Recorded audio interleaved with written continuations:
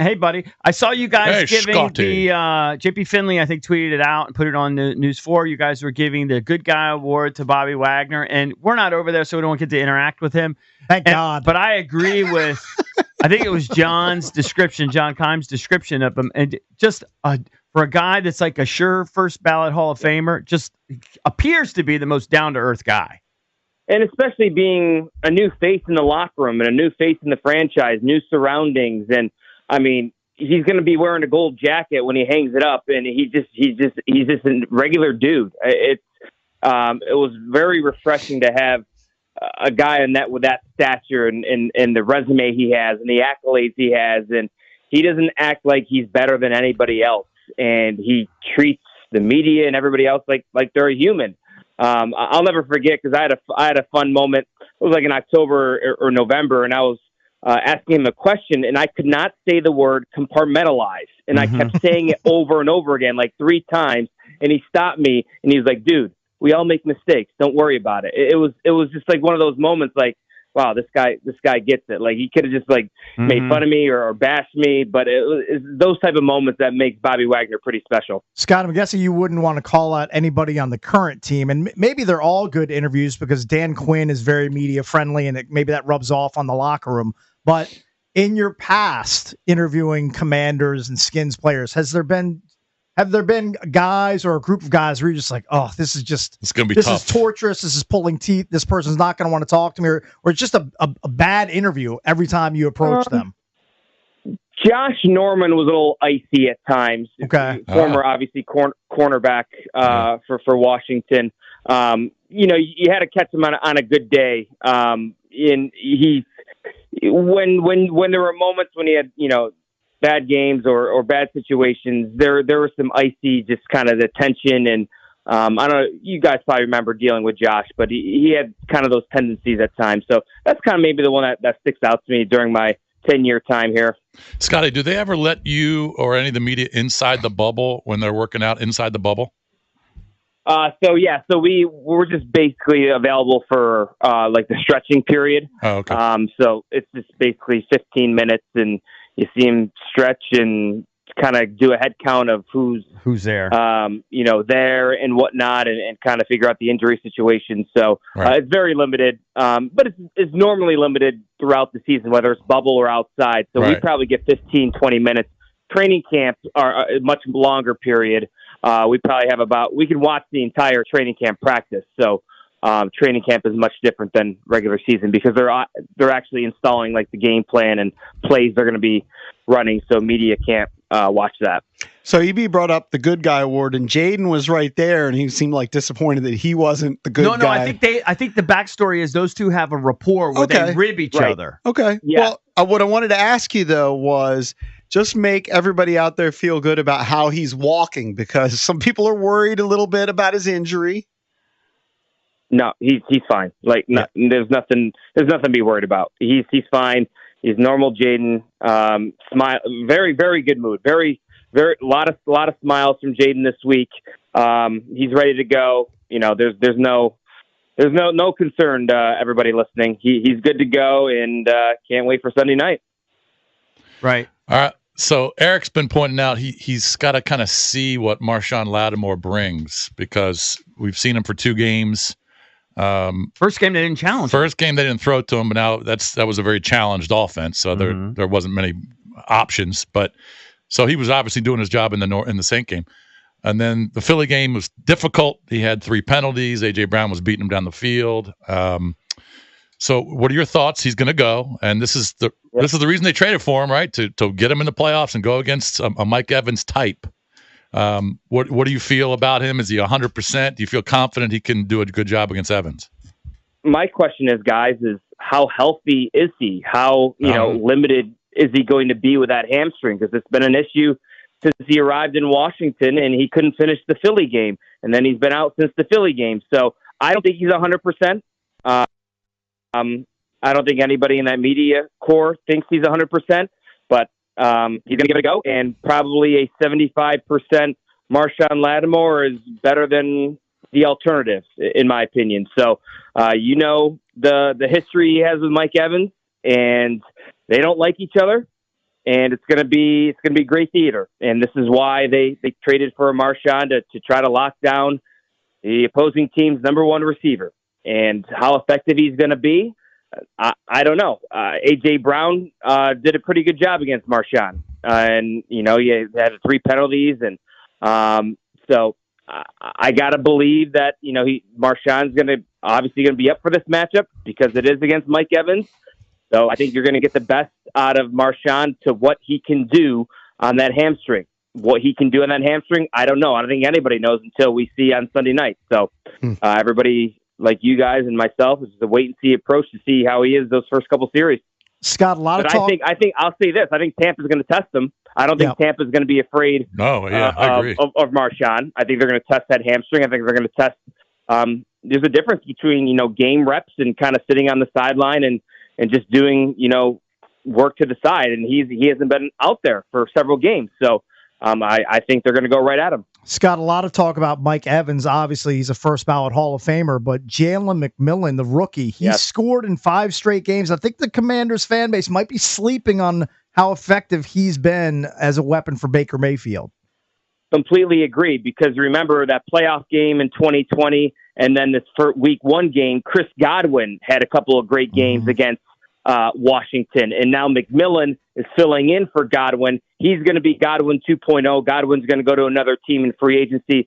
This is the next Chris Godwin in the Tampa Bay pipeline, and he has been fantastic. I'm in a dynasty league for fantasy football, and I'm kicking myself for not locking in McMillan earlier midway through the year, because I think this guy's going to be a stud. All he does is produce, and all he does is score touchdowns. So yeah, you're worried about Mike Evans. This Tampa Bay offense has a lot of weapons. You mentioned McMillan. The guy that I'm worried about is this dude, Bucky Irving. He's a rookie running back, and he's not big in stature, but when he hits the hole and finds a hole and gets some open space, watch out. He's a playmaker. He's fast. He's elusive. He's shifty.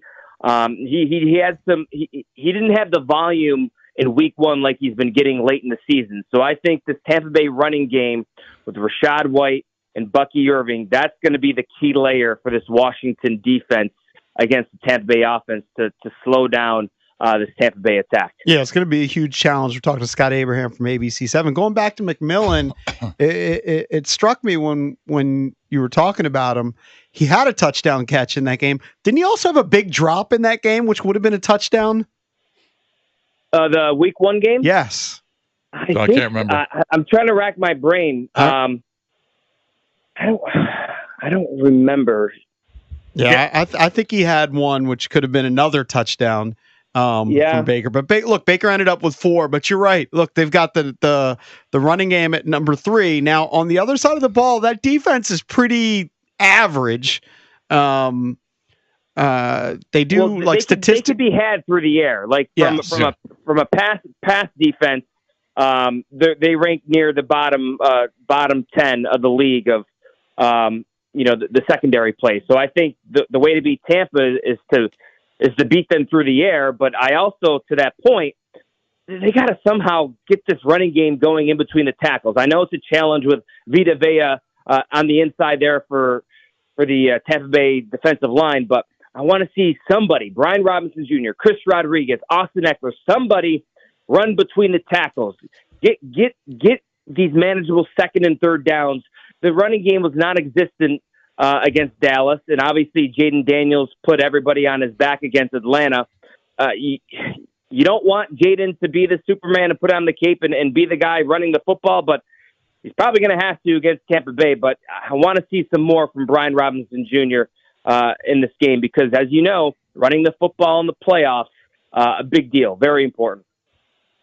Yeah, I think Jaden is going to do his thing, getting outside I don't know how many design runs they're going to have, probably a few, handful. But if the one thing that Tampa can do, they're good against the run, as you said, but they can also get after the quarterback. I think they're 7th in the league in sacks, so they're going to come after.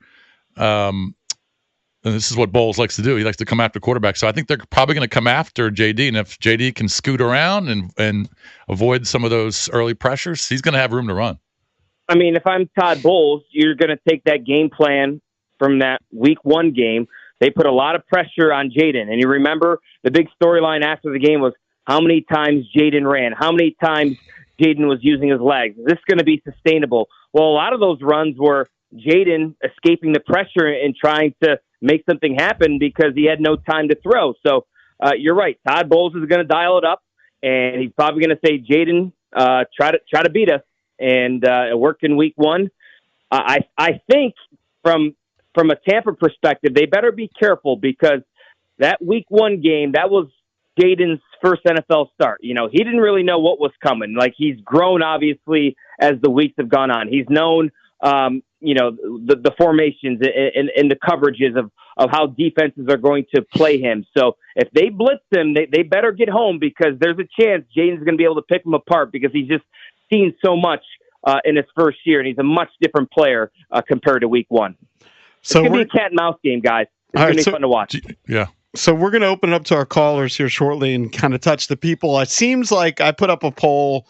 About 70% of our listeners believe that the Commanders are going to win this game. What does Scott Abraham believe happens on Sunday night? Are we going to get a second playoff game? I think there's going to be plenty of points. I think I like Washington. I like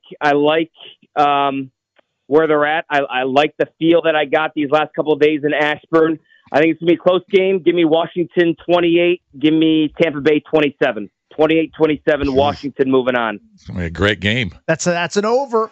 I like it. Are you? That's an over, boys. Yeah. When do you leave for Tampa tomorrow?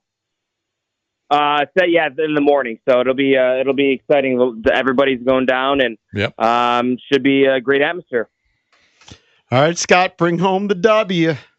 I'll see you guys. Yep. See you, bro. Talk to you soon.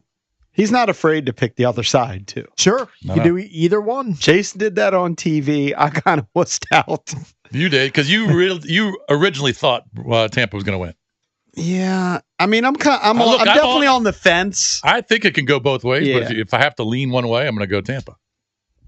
Man, though, I'm looking at the rushing yardage that they've given up week to week. And some of it is they haven't played really good running teams, Tampa. And now they haven't faced a guy like Jaden Daniels who's going to add much, but this is what they've given up. Mm-hmm. I'm just going to start from most recent. Right. They gave up only 64 yards rushing to New Orleans, only 39 to Carolina, only 31 to Dallas, played Carolina again, 32, 91 to Las Vegas, 78. I mean, they don't give up. They don't give up much rush. So this might be a drop back 45 times for Jaden Daniels. Pushback would be in the Saints game, no Alvin Kamara. Yeah. In that Panthers game, I'm pretty sure no Chuba Hubbard. Okay. But I think he missed that game. All right, Chargers game. Dobbins is probably out. Yeah, they probably have a mixed bag of running backs. I guess you can find something, but his common theme is the rushing attack for the Commanders has been subpar for the last month. I mean, that's the reason why Jaden has been leading them in rushing outside of the Cowboys game. And I think that's going to have to continue into Sunday night's game. I don't think all of a sudden Brian Robinson is going to rush for 80 or 90 yards against this defense. No. But I think Jaden could. I think Jaden certainly could. He proved it in week one. So I think he could definitely make an impact rushing. And look, Tampa Bay is not good at stopping the pass either. They're bottom 3 or 4 in the league. There's going to be a lot of opportunities for Jaden to have an impact in this game. Zach Ertz will be open across the middle a lot. He's been open all year. Yeah, they'll get the ball to him. He's had a really good year. All right, we want to hear from you. Now's the time.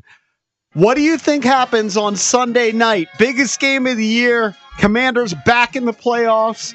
Take on Tampa, who they lost to in week one, but that's a lifetime ago.